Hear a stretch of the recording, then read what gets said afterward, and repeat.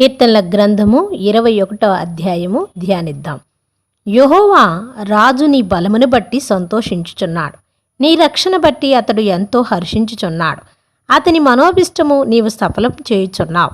అతని పెదవుల నుండి వచ్చిన ప్రార్థన నీవు మానక అంగీకరించుచున్నావు. శ్రేయస్కరమైన ఆశీర్వాదాలతో నీవు అతన్ని ఎదుర్కొనుచున్నావు. అతని తల మీద అపరంజి కిరీటము నీవు ఉంచి ఉన్నావు. ఆయుష్షు నిమ్మని అతడు నిన్ను వరమడగగా నీవు దాన్ని అనుగ్రహించి ఉన్నావు. సదాకాలము నిలుచు దీర్ఘాయువు నీవు దయచేసి ఉన్నావు.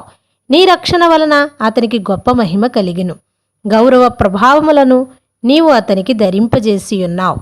నిత్యము ఆశీర్వాదం కారకుడిగా ఉండునట్లు నీవు అతన్ని నియమించి ఉన్నావు.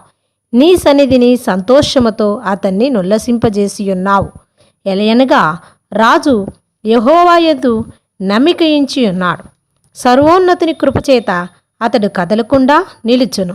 నీ హస్తము నీ శత్రువులందరినీ చిక్కించుకొనుచు, నీ దక్షిణాస్తము నిన్ను ద్వేషించు వారిని చిక్కించుకొనును. నీవు ప్రత్యక్షమైనప్పుడు వారు అగ్నిగుండం వలె అగుదురు. తన కోపం వలన యెహోవా వారిని నిర్మూలము చేయును. అగ్ని వారిని దహించెను. భూమి మీద నుండకుండా వారి గర్భఫలమును నీవు నాశనము చేసెదవు. నరులలో నుండకుండా వారి సంతానమును నశింపజేసెదవు. వారు నీకు కీడు చేయవలని ఉద్దేశించిరి, దురాపాయము పన్నిరి, కాని దానిని కొనసాగింపలేకపోయిరి. నీవు వారిని వెనుకకు త్రిప్పివేసెదవు. నీవు ఇట్టి నరులను బిగించి వారిని ముఖము మీద కొట్టెదవు. యెహోవా నీ బలమును బట్టి నిన్ను హెచ్చించుకొనుము. మేము గానము చేయుచు నీ పరాక్రమమును కీర్తించెదము.